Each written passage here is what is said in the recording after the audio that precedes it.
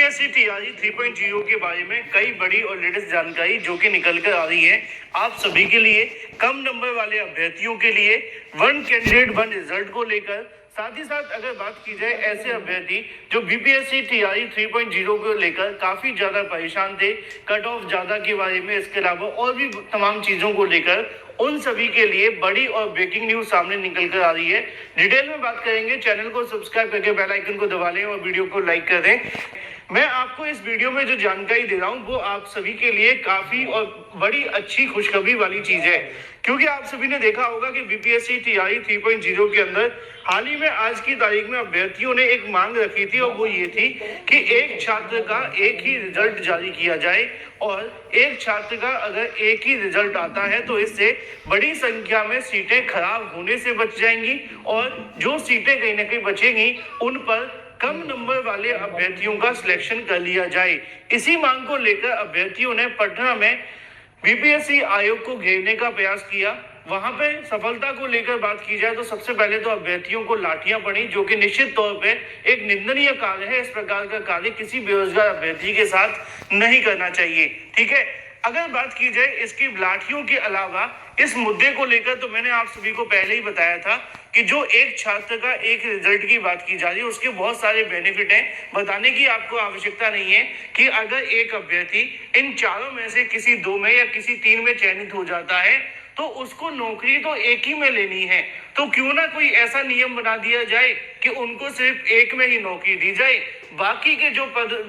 सीटें रह जाती हैं उस पर कम नंबर वाले अभ्यर्थियों का चयन कर लिया जाए। इसी चीज को लेकर अभ्यर्थी पटना पहुंचे हुए थे धरना प्रदर्शन करने के लिए, लेकिन एक बड़ी जानकारी अब सामने निकल कर आ रही है,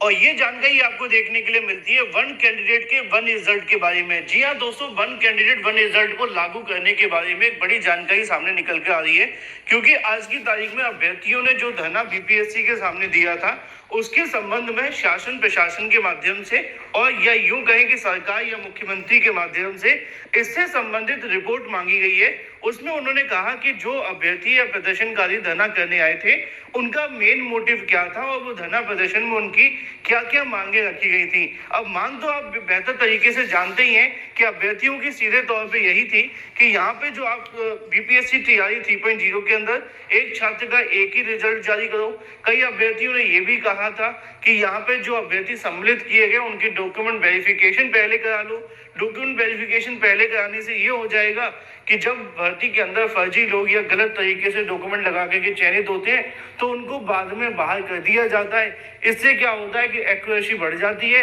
और सीटें खराब नहीं होती हैं, और बाद में सीटें जो खाली रह जाती हैं वो नहीं रहेंगी। ये भी मांग रखी गई थी, लेकिन यहाँ पर जानकारी देखने के लिए मिली है कि अभ्यर्थियों को लेकर जो धरना प्रदर्शन आज की तारीख में आयोजित किया गया था उस धरना प्रदर्शन के संबंध में यहाँ पर शासन के माध्यम से, सरकार के माध्यम से रिपोर्ट मांगी गई है कि उनकी क्या मांगे थी, धरना प्रदर्शन क्यों किया गया था, जिससे कि आने वाले समय के अंदर सरकार इससे संबंधित मामले पर अपना एक फाइनल डिसीजन कर सके। अब बड़ी अपडेट ये देखने के लिए मिल रही है कि बीपीएससी टीआरई 3.0 के अंदर अगर वन कैंडिडेट वन रिजल्ट लागू हो जाता है तो यहाँ पे कट ऑफ के अंदर काफी ज्यादा और गिरावट आपको देखने के लिए मिल जाएगी।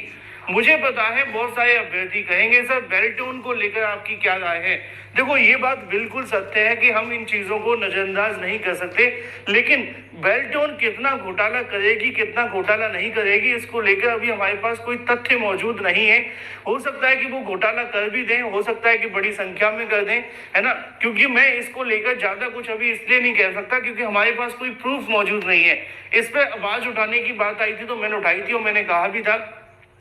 कि बहुत सारे छात्रों ने आरोप लगाए कि सर बेल्टोन से ओएमआर चेक होने की वजह से कट ऑफ में काफी बढ़ोतरी हो जाएगी और कम नंबर वाले अभ्यर्थी बाहर हो सकते हैं। अब वो एक अलग मामला है, लेकिन अभी तक उस पर आगे क्या होगा ये तय नहीं है। लेकिन ये बात तो बिल्कुल तय है कि वन कैंडिडेट वन रिजल्ट अगर लागू हो जाए तो बहुत सारे ऐसे अभ्यर्थी जो कम नंबर होने की वजह से बीपीएससी टीआरई 3.0 के अंदर बॉर्डर लाइन पर हैं या यूं कह सकते हैं कि बाहर हो गए, उनके कहीं ना कहीं जो जो चांसेस है वो बढ़ जाएंगे, क्योंकि बड़ी संख्या में ऐसे अभ्यर्थी हैं जिन्होंने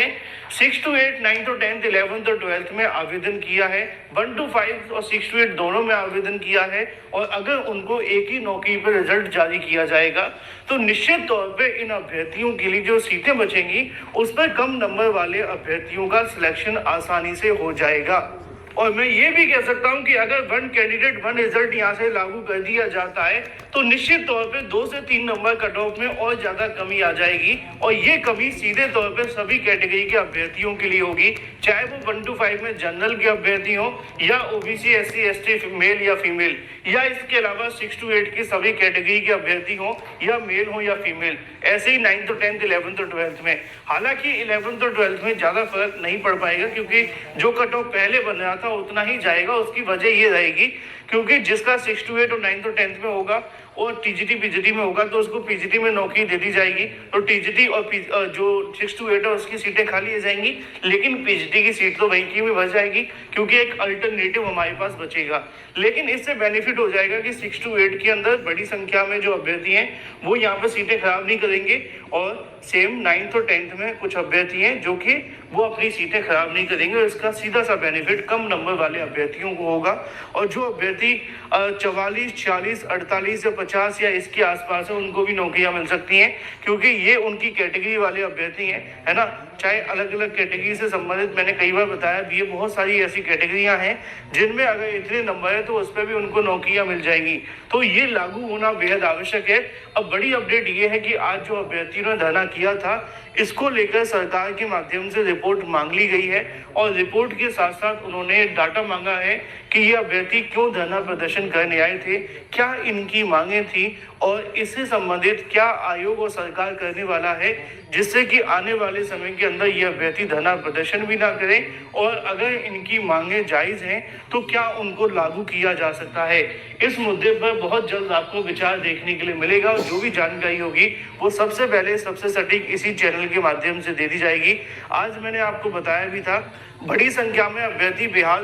लोक सेवा आयोग पहुंचे हुए थे धरना प्रदर्शन करने के लिए, लेकिन अब यहाँ पे धरना प्रदर्शन के अंदर जो हुआ वो कहीं ना कहीं अभ्यर्थियों के खिलाफ अन्याय है। लेकिन अच्छी बात अगर ये होगी कि सरकार अब इस मामले को संज्ञान में लेते हुए वन कैंडिडेट वन रिजल्ट लागू कर देना